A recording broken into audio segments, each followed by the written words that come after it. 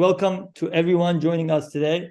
I'm thrilled to have you here for our case discussion. My name is Taha, a hematologist from University of Texas Southwest in Dallas, Texas. And today is my honor to introduce our esteemed guest speaker, my great mentor since I moved to United States, Dr. Cynthia Dunbar. She has been well-known expert in the area of hematopoiesis, stem cell biology, gene therapies, and new non-human primate models. She led many clinical trials, especially the L-Thrombopag trial for aplastic anemia. She did her undergrad and MD at Harvard Medical School, and she did her hematology training at UCSF. She's been at NHLBI since 1991. I had a pleasure to meet her back in 2010. So the first sentences that I remember, because we have a lot of trainees in the sessions, that when I met her in the grant round session the first time, I said, "Hi, Dr. Dunbar." My first kind of meeting with her, she said, "My name is Cindy." So I felt I felt how much humble she is. Since then, I have been loving her expertise, mentorship, and her help in the area of bone marrow failure. She served as an editor-in-chief of Blood, and she was past president of American Society of Cell and Gene Therapy. She is currently a secretary of American Society of Hematology. Besides her academic achievements, she lives in DC, and she's an avid choral musician and spends as much as time at outdoors, especially in the Adirondack Mountains. So let's get started. So we will have two cases to discuss today. The first one is 67-year-old African-American male. He presented initially with the hemoglobin of 5.7 with a platelet count of 12. WBC was 4.7 with the ANC of 2000. He had a bone marrow biopsy 6 weeks prior to his presentation to us. That was shown to be a hypocellular marrow with 20 to 30% cellularity. There was no dysplastic changes. Flow cytometry was unremarkable. He had a PNH, very small PNH clone of 0.5% granulocyte clone and 0.2% of total red blood cell PNH clone at the time of his bone marrow. He had a normal cytogenetics, unremarkable MDS, fish panel, and NGS showed he had a PPM1D mutation with a 12% VAF. So the first kind of impression was hypoplastic kind of marrow with a possibility of this clonal cell population with the PPM1D mutation. So there was a questionable CCUS versus a severe aplastic anemia with a small PNH clone. He was supported with a transfusion and DC'd home, and he had an unremarkable echocardiogram, but his persistent biocytopenia continued, and his bone marrow repeated. And again, his nutritional panel as well as the viral panel was unremarkable. So his repeated bone marrow biopsy showed that he had 10 to 20% cellularity. He did not have any dysplastic changes, no concern about MDS. He had this fed deposition with a stromal damage. His PNH clone persistent to be a very small clone and normal cytogenetics. And then his PPM1D mutation was persistently present in his NGS. He did not have had the T-cell rearrangement PCR, but flow was unremarkable. So he continued to be transfusion dependent with the hemoglobin, with the red cell, and as well as the platelet with very hypocellular marrow. So these are some images that I got from our hematopathologist, Dr. Shen. You can see on the upper corner the normal bone marrow architecture, and the below three images are the one that had shown to be a stromal damage with the fed depositions. So I will go ahead and ask some questions to Cindy because of unknown part of this diagnosis and how kind of evaluate when we are seeing this clonal kind of myeloid malignancy, myeloid mutations with the hypoplastic marrow. So the first question is, Cindy, what does that presence of stromal damage indicate? Yeah, I mean, I was puzzled by that. It's not something our pathologists, read out very often. I mean, there's this presentation with the marrow, sometimes in individuals that have anorexia or some sort of toxic damage to the marrow, maybe right after chemotherapy, you can see kind of a lot of ground glass appearance and sort of areas of the marrow, which, just seem to have been sort of destroyed. But in this case, I'm not even sure what they're talking about. Was it the vacuoles and stuff in the stroma? That's just not something that we would use to, make a decision. And looking in the literature on this, there's not a whole lot on it. So that to me is not super relevant. And most of the marrow looks, hypocellular. And I'm not sure what they meant by fat deposition. Whenever you don't have cells, you generally, have adipocytes. Yeah, that's kind of classic for any just aging of the marrow as you become more hypocellular, but also in aplastic anemia or hypocellular MDS, or almost any situation, the marrow is replaced by adipocytes when there's not active hematopoiesis. There's a lot of interesting laboratory stuff, as far as I can tell, but not really translated clinically about what the adipocytes could be making that could be inhibitory, et cetera, to hematopoiesis, and what cytokines could be released by inflammatory cells that might stimulate fat. But I don't see anything. Again, the first time I'm seeing the marrow images is today. I asked for that because I didn't know what it meant. But I would not, what you showed me in those marrow images would not change, change my sort of thought process about this individual case.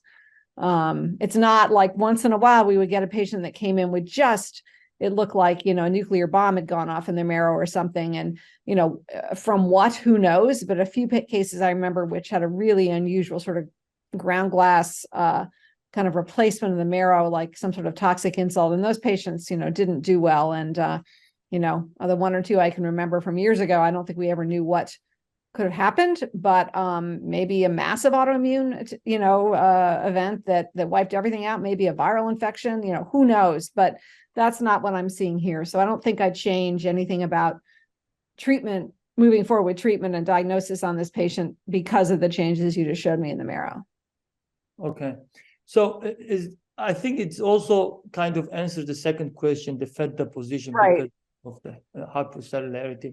And so when it comes to, I mean, I just want to elaborate on this entity. When it comes to Zika's differential from the aplastic anemia, how do you approach for those cases? I don't really think we know. I think especially in an older patient where assessing quote unquote hypocellularity is challenging.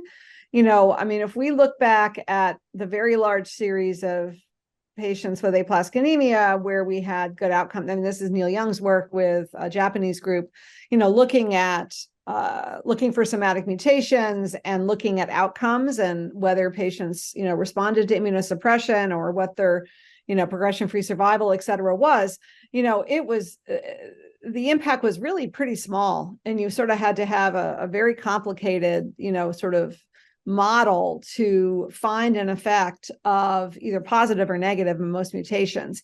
PPM1D was not even in that study in terms of it wasn't actually sequenced.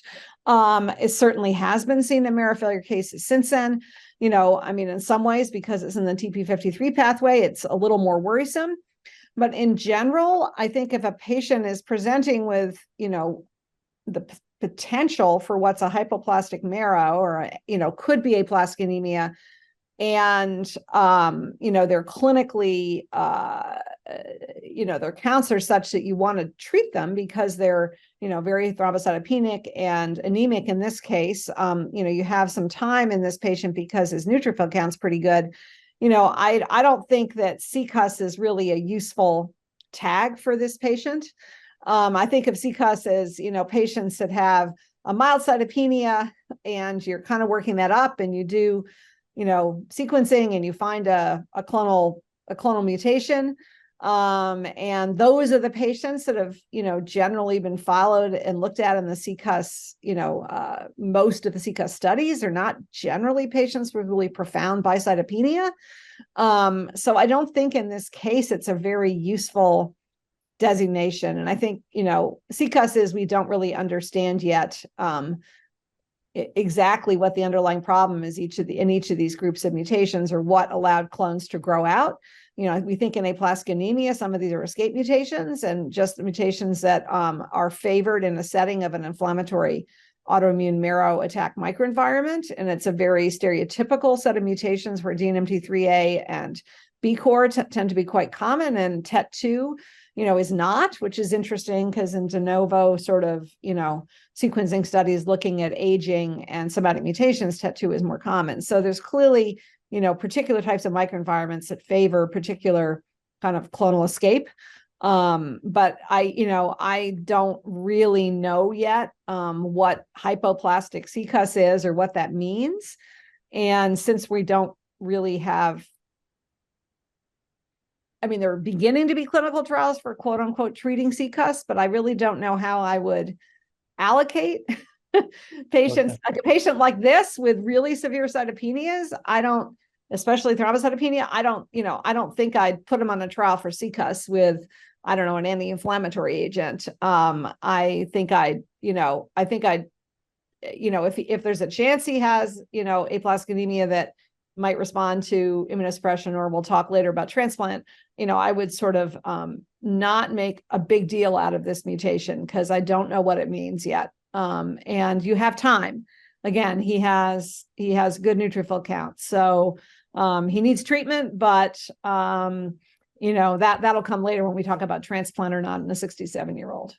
But I don't know what hypoplastic CCUS is yet, and I don't think anyone does, and that's a research question, and I don't think it should change treatment necessarily. Okay. Yeah, treat the patient rather than the diagnosis. Correct. Right. I think that sequencing results now are extremely confusing, especially outside of a setting where you're trying to look at it in a clinical trial or in a long-term follow-up study.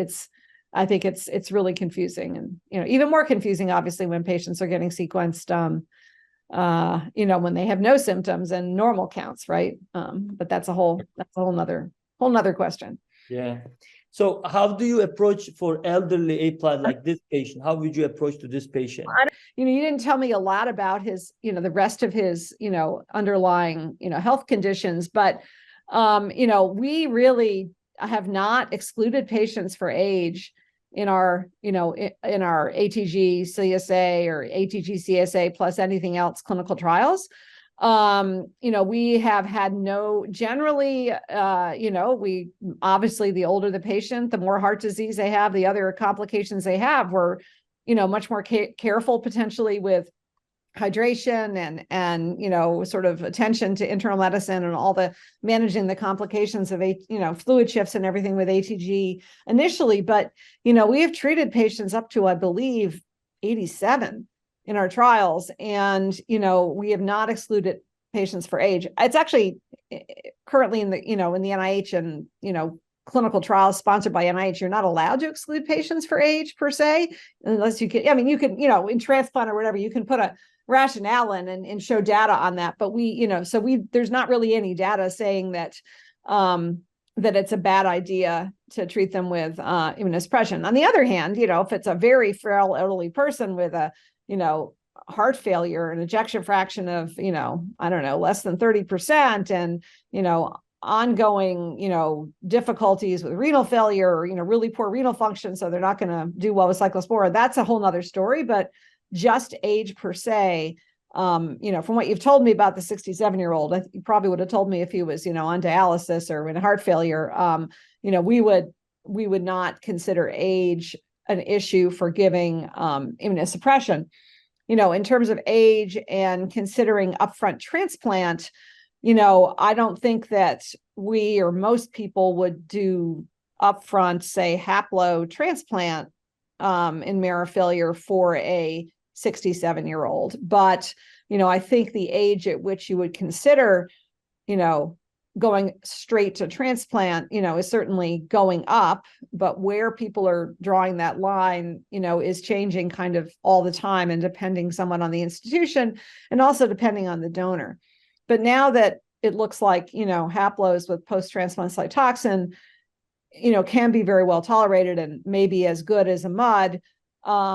If the issue in the past is when, somebody failed everything and was really, getting in trouble with infections or becoming malimmunized, and, you're looking for an unrelated donor, and it takes, forever to kind of find the donor and get them collected and get a patient to transplant. But if, somebody has a family member who's going to be a haplodonor, presumably they're still going to be there.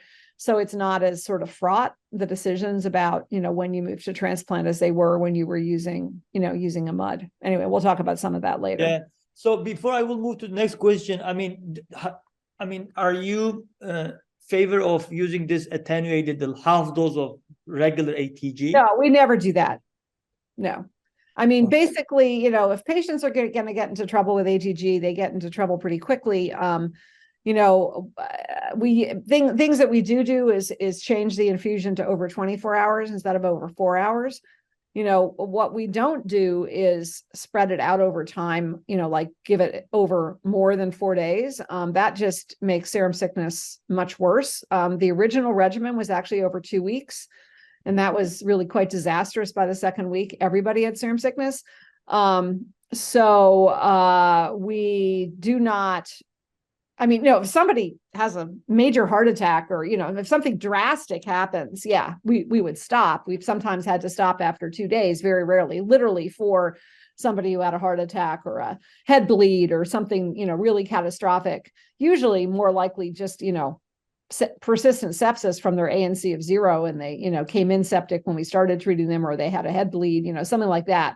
We've rarely had to stop because of an actual direct complication of the ATG. But yeah, we've stopped after 2 days, and we've had patients that have, responded to that. We've had patients that haven't. No one's done a randomized trial of looking at 2 versus 4 days. The 4-day regimen was taken from transplant.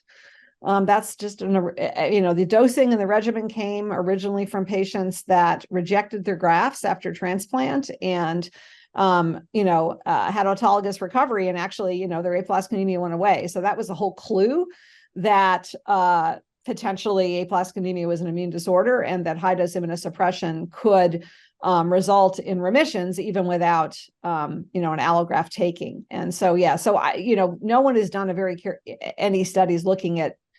any big studies looking at how much ATG you have to get, but we just do not get it. After a day or two, we usually stop having trouble. It's usually the first day that the patients get the sickest, and then things calm down. So yeah, we slow it down in some cases. I don't know, that's kind of voodoo also, but that's what we do, but we never extend it, for more than 4 days. I guess I can't say never. If somehow a patient was very unstable for 24 hours and we stopped, and, then we may restart again if they become stable, but, we try not to do that. We really try just to keep treating, because the longer we have it take, the sicker they get later from serum sickness. Yeah. So when you said 24 hours, you gave the same dose, 40 milligrams per kilogram. We just give them the same dose, but we take each day's dose and do it over 24 hours. That's usually in patients that are bad enough that they're in the ICU. We don't do that very often. It's when a patient is really, kind of hemodynamically unstable. Okay. So the next question, there are so many Japanese and the United States studies that is a controversial about this PNH clone. Some of them took the clone size of more than 1% NIH mostly. The others took a 0.01 and blah, blah. But this PNH clone and responsiveness to ISTs always comes to our discussion point. What would you talk about? What would you say about that part? Well, if you look hard enough in patients with no disease, you can find, very small PNH clones in a lot of us, so I think that its helpfulness, is not probably when the clone is less than 1%. But, would it make, and again, some of the places it's been entered into as well is deciding if somebody has an inherited bone marrow failure syndrome. which is, less likely in a 67-year-old, for sure, at least any of the ones we know about. So, yes, it's reassuring if the PNH clone if there is a PNH clone and it's, a reasonable size, like, 1% or greater, and, kind of repeated, and it's easy to find and you believe it. But I don't think it usually prevents us from treating. If it's not there, it might make us look, it might in an older patient with no other signs of an inherited marrow failure syndrome, and no signs that are kind of other than the sequencing, no signs that indicate that they have, progressed to an MDS-like picture, which again, I think is somewhat of a continuum. I think a lot of these distinctions are pretty artificial, but it's helpful if it's there. I'm not sure it's helpful if it's equivocally there or not there. Okay. Okay. But just assuring the diagnosis rather than prediction, or rather than giving you the hope that patient will respond to IST. Yeah, I think like I said, I've only found it like people seem to really think about it and talk about it when it's a patient where you have a kind of another diagnosis that you're thinking about. But these days, usually those other diagnoses, you're coming up with sequencing and things that are much faster than they used to be. I think in the past, sometimes the presence of a PNH clone at a reasonable level, especially at a patient who had very low counts, or at a neutrophil count, less than 200, where you really, needed to make a decision quickly, but they were young, and maybe there were some things in their family history that made you worry about an inherited syndrome. Sometimes maybe the presence of the PNH clone would make us feel very comfortable about, immediately starting ATG and not waiting for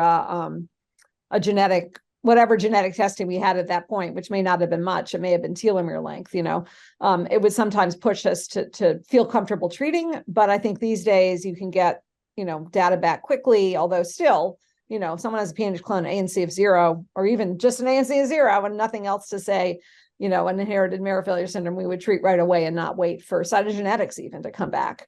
Because in those patients, a week or two faster response could, result in them avoiding a really serious bacterial infection or getting a fungal infection that they then have trouble with. So we, I don't think we gather all this information, we look at it retrospectively to say, what makes a difference, but most of the things that make a difference at a pretty low level. So, it's not like we use them as exclusion criteria or inclusion criteria for our trials.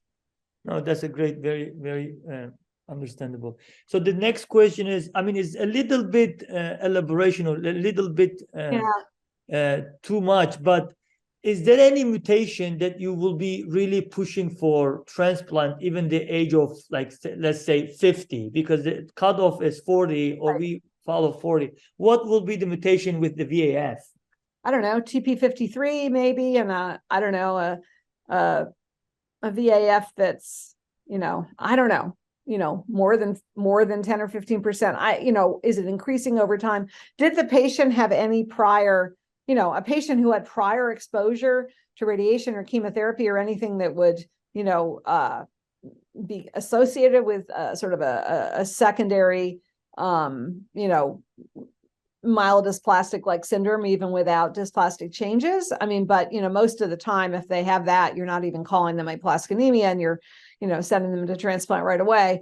We have, but, sometimes there's gray zones. There's patients that were on, I don't know, azathioprine or low, I don't know, low doses of Cytoxan, 20 years ago for lupus for a month or something. There are situations where, it's not super clear how much kind of alkylating agent or other genotoxic exposure they've had. In that case, maybe the presence of a TP53 or ASXL1 or some of the ones that have had in various studies of clonal hematopoiesis have had, poor outcomes. But it's really extrapolating from things like the Nature 2019 paper from Vasily's group, looking at which, splicing factor mutations in TP53 being the ones that, seem to have a bad prognosis. But again, these were in patients with normal counts. So, that's not telling you to transplant those patients right away. It's telling you to maybe you want to follow them closely. In this case, I'm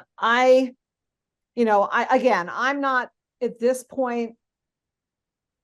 The clinical decisions are generally being made by the people that are 100% clinical, like, Emma Quirk and Vavisha Patel and to some degree, Dr. Young, but I have not heard that they are sending patients, in their 50s or 60s straight to transplant, because of a mutation. They might discuss it with the patient. If the patient goes to Hopkins, they might, get shunted to transplant faster, but I think it really depends on, what their other comorbidities are and, who their donor might be and just how they feel about one approach versus the other. And just, I've had a couple of really bad experiences with, patients that just, a guy that I just kind of remember all the time who was around his late 50s at the time he presented. And he was a contractor and he just liked to fix things, and he had been transfused and he hated being transfused. And I think he got ATT cyclosporin and had kind of a partial response. And he, at that point, we could have entered him on the Atrometrac trial or retreated with ATT cyclosporin. And he just, wanted to be done with it. And, pushed, went to transplant, had an unrelated donor. But, his neutrophil count was normal. So he had a partial response. His neutrophils were normal. His platelets were like 30 or 40,000. So he wasn't even bleeding. But he was still getting red cell transfusions and he just didn't like that. And, you do the transplant and he happened to get, severe refractory graft versus host disease. And again, this is post-transplant Cytoxan, but every once in a while, even with that, it still happens. And then you're in that situation. There's nothing you can do. You can't turn it back, right? And he had a miserable last year of his life and eventually died of, complications of GVHD. So I just, I just worry about doing transplant, especially in patients that are not an immediate, in older patients, which I would consider over 50, who don't have life-threatening cytopenias. And to me, not needing platelet transfusions and just needing occasional red cell transfusions and some chelation is not, not life-threatening cytopenias. Got it. So I know this next question is a little bit vague and very broad, and it may take another couple hours. But can you elaborate a little bit? How often do we see? What is the occasion that we should be concerned with the clonal hematopoiesis aplastic anemia? Yeah, everybody seems to be getting sequencing now in these patients, but I really am not sure in a clinical sense how often the results help you make a clinical decision. If you have a patient with no cytogenetic abnormality. I mean, if you have a cytogenetic abnormality, especially a bad one that, monosomy 7 or chromosome 5 change or complex cytogenetics, obviously then you're not calling them aplastic anemia anymore. And if they usually also have somatic mutations and, then you're on a different path anyway. But in patients that have no dysplastic changes, their marrow looks like aplastic anemia. Their counts are consistent. They have maybe a PNH clone, maybe not a big one, who knows? And you send off a panel and something comes back with a DNMT3A or BCOR mutation, I don't think it does anything in terms of, what you do with them for treatment. In terms of what's happening at a biologic level, I think it's interesting in terms of how, various clones help cells that have them, mutations help cells that have them compete in a particular environment. And it does seem like, BCOR and DNMT3A, seem to allow cells to proliferate and self-renew better in the presence of a very inflammatory microenvironment.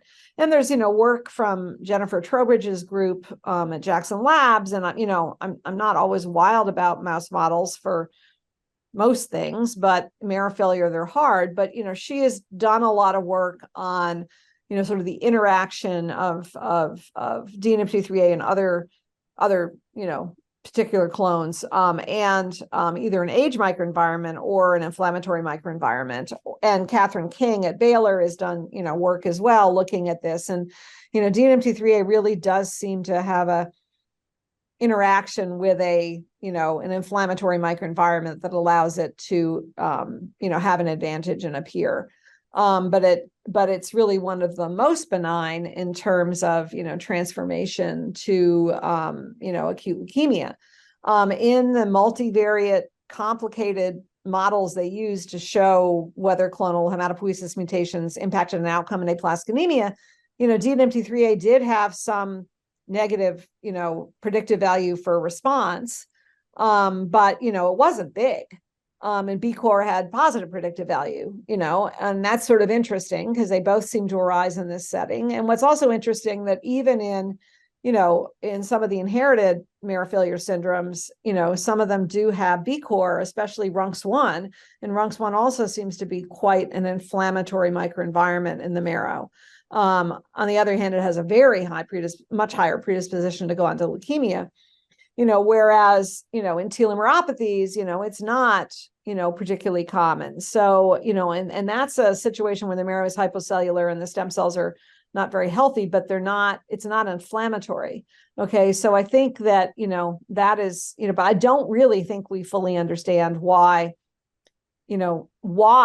each of these cells on a very basic level, have an advantage, and why, for instance, TET2, don't seem to be part of the picture in that setting nearly as much. On the other hand, they're also very common with age and are much more of a proliferative mutation than DNMT3A or a BCOR. Okay. I don't know. I mean, again, there's lots of laboratory things we can, talk about, but I don't think it really helps you all that much with patients yet. And I think it just confuses practitioners and confuses the patients and scares them that, that this somehow means they, have leukemia or, it's really, I really think it's made things more difficult in terms of patients' sort of well-being and thinking about this stuff. It's not benign, when you do testing that is just going to make somebody anxious and you don't actually know what to do with it. Yeah. On the other hand, and the ASXL1, I mean, sometimes EZH2, we sometimes see mutations that are changing really fast over time and their counts are worsening and maybe you start seeing some dysplasia. Well, yeah, obviously in that case, that might push you to go to transplant because things are obviously changing very rapidly. But generally, just the presence of the mutation doesn't change what we do yet. Yeah. Okay, so the last question I just want to focus on before second case. So with the Hopkins, Haplo, and evolving this upfront transplant strategies, where do you think the treatment upfront goes, especially the patients over 40 or 50s? Yeah, I mean, I think we're getting, there's some predictive models for, we know that very, very, very severe neutropenia, that patients get into trouble quickly. And if they have a haplo donor, and are otherwise, don't have contraindications to getting through transplant, that is probably pushing up the age for sure about doing upfront transplant with post-graft Cytoxan. There's some predictive models, some of which Neil's group and others have published, like retic count being very predictive of response, is in terms of some of the things that can help you decide, is somebody going to respond, to immunosuppression. Most of those studies were done pre-Atrombopag, but they seem, I think in the analysis for the Atrombopag trial, we didn't really see that, but so many patients responded, it was hard to relate to retic count.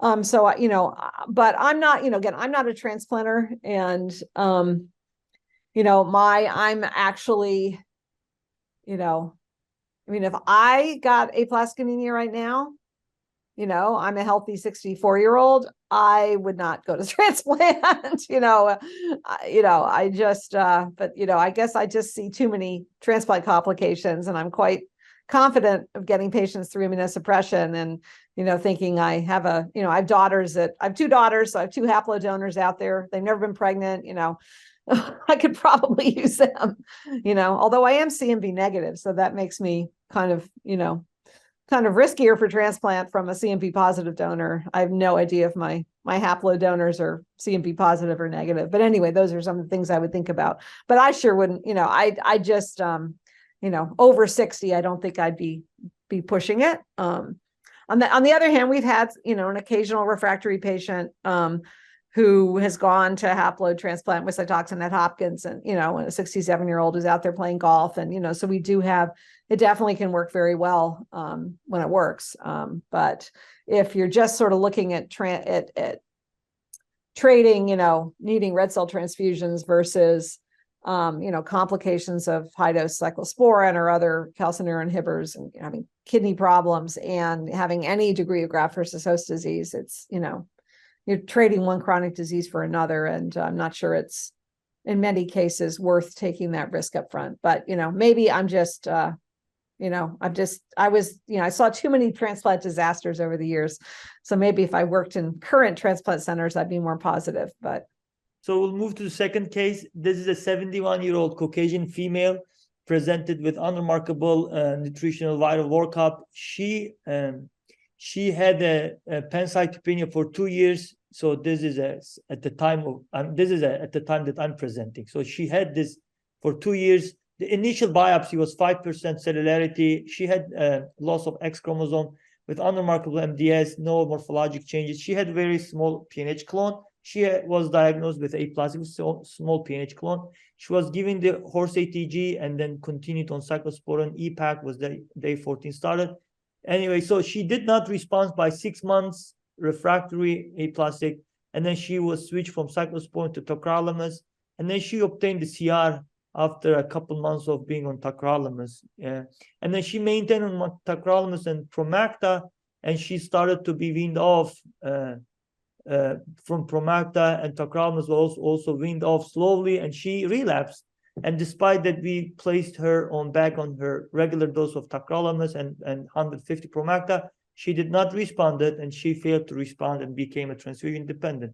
So this is her bone marrow, most recent bone marrow biopsy, 10 to 15% with mild dyserythropoiesis. Again, she doesn't have any MDS changes in her current marrow, and there was no clonal related event, and that was the PNH clone was still less than 1%. So, the first question for the second case, how do you approach for this refractory, or you can start with the relapse or refractory aplastic patients?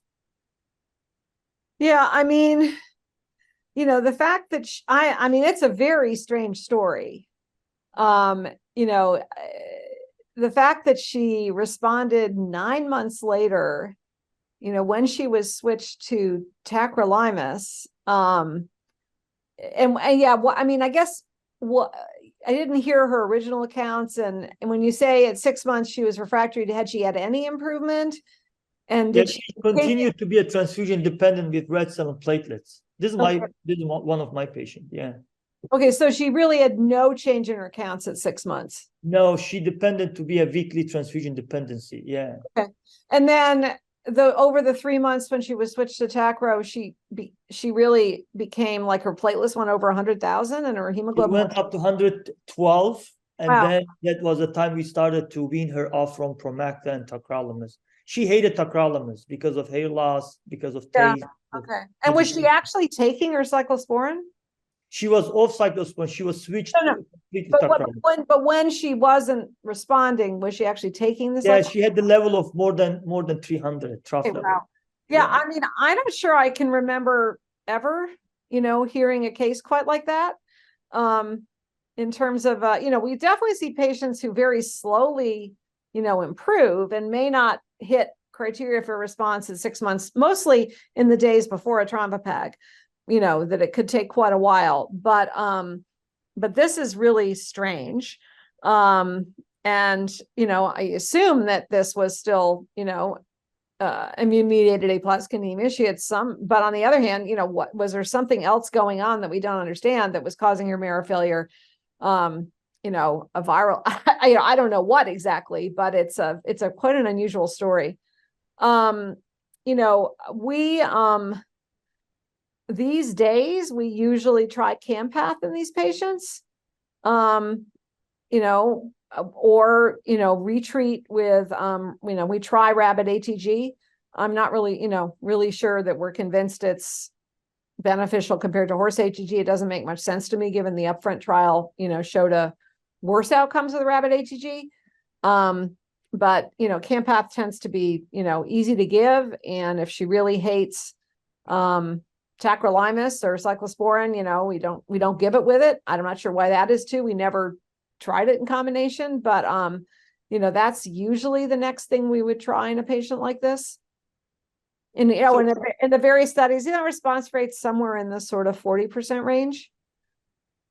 So when do you say that we should repeat the horse ATG if it is more than a month? I'm sorry, more than a year response, or when do you? We'd probably repeat the horse ATG CSA. But we just since we've been using triple therapy, we just don't have that many patients where we've had to retreat, with ATG. Usually, if they've responded, we take them off cyclosporin and Travapag, they, their counts start going down and we put them back on it, they respond again. So, we haven't often got to that setting as frequently. But in my hearing the conversations about this, it seems to be pretty much, we probably in a patient like this would try Campath, and a patient who would relapse pretty quickly and somehow does not respond to cyclosporin and cyclosporin and Travapag reinstitution, we would try ATG again. But I don't think there's a very, I don't think that decision tree is very clear. Okay. Oh, age and whether you transplant her. Yeah. So not the age, but the KPCs. When would you? This is some sort of for refractory patient, obviously.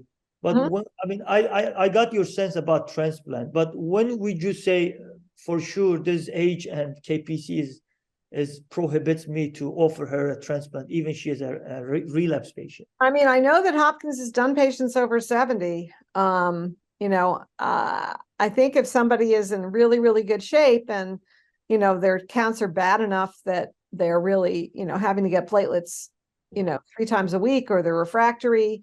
I think that it's not totally unreasonable to consider if their performance status is good. What threshold? I don't know. What to, I don't know. I'm not a transplanter. I'm just not, I don't think I can answer that question super well. And a patient like, with this in question, they would go to the transplanters and be considered, and I think most of what their cutoffs are 2 or something, but again, I don't know. Okay. So sorry, I'm the wrong person to ask about transplant. Yeah, let me re-question this because so you said you would favor for Campath possibly after rabbit or horse maybe. But what other options do we have? Just the Campath and rabbit or horse ATG? We have a ruxolitinib trial that we're opening. Emma has that for refractory patients, based on, some mouse model work, that, suggests, quite a positive impact on an inflammatory, autoimmune type, aplastic anemia. So, we would probably refer somebody to try that. It's a well-studied drug with relatively low toxicity. So really, if they're truly refractory, that would be the other option besides transplant, is to go onto an experimental trial. And right now, I think ruxolitinib or other JAK inhibitors are, being looked at. Okay. So, so when you say Campath, what is your favorable administration mode? Do you go with IV? Do you rather to do sub-Q weekly? Yeah, we do it.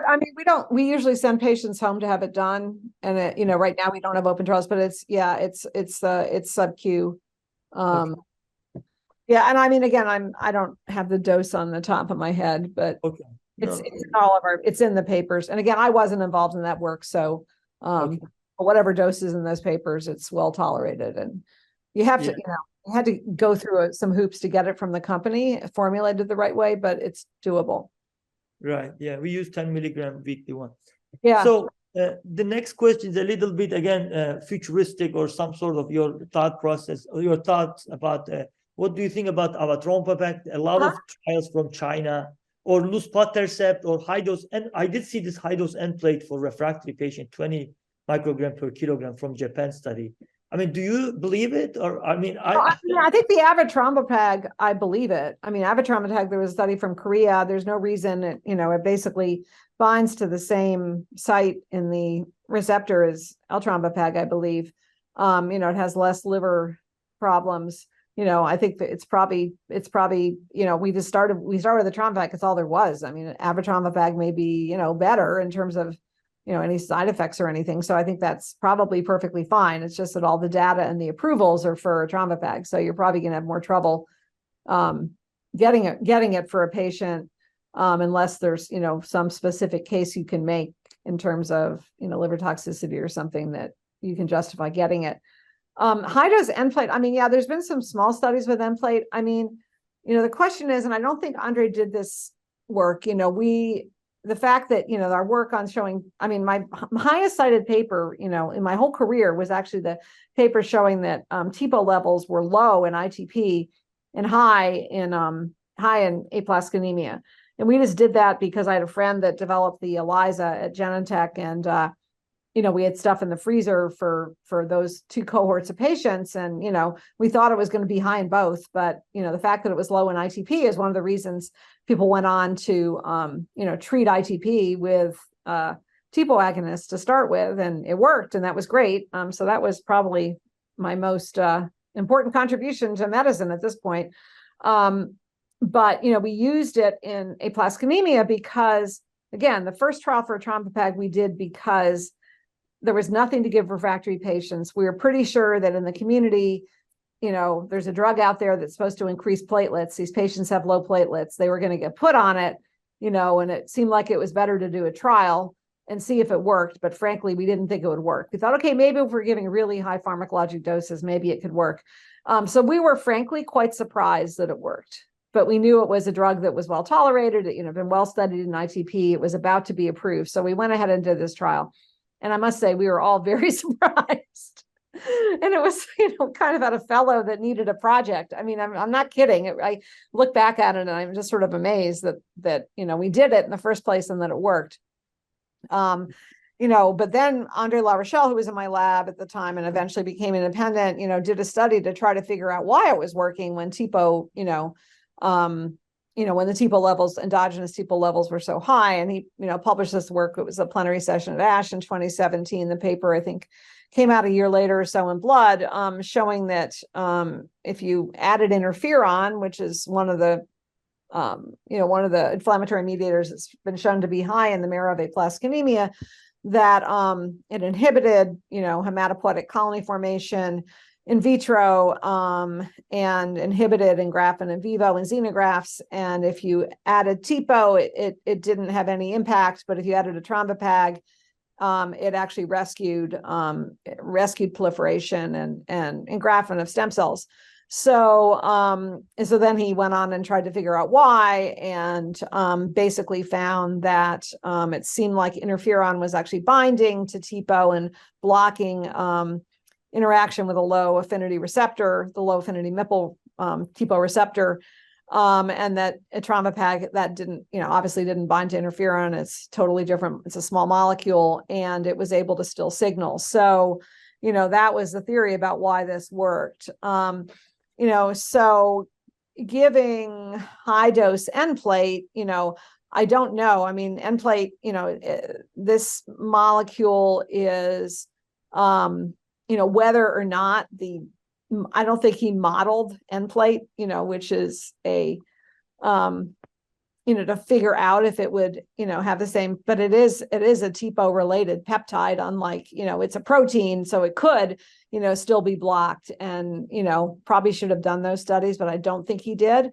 And so, I've never been that wild about a drug that you have to get, parenterally and come into clinic, and you have many more swings of platelets for ITP. So I never use it for ITP, but, the Japanese study that showed, maybe some responses by very high levels, that would be possible too, even with the same mechanism, if you could overcome the amount of interferon present. So, but I would not try that in a refractory patient, here. I wouldn't see any particular reason to do that. Lutastercept, yeah, I don't know. Some of the models, mouse models, looking at the cytokines involved, it might work. I think someone should do a study, or, a good study. But right now we're focused on ruxolitinib. Okay. So the last question before we will have some maybe question from the audience. So what do you think about that interferon gamma? Because you also touched base on that. Right. Yeah, I mean, yeah, I can't remember if that was tested in some of the mouse models. Yeah, I don't know. I mean, the inhibitors are antibodies, right? Correct. They could have some other problems, and they also, may not get into the marrow space super well. I don't know. I don't have an opinion, but yeah, it would seem like maybe worth trying. Yeah, and thank you, Cindy, for coming to our session, and so delighted to host you today. Great, thanks.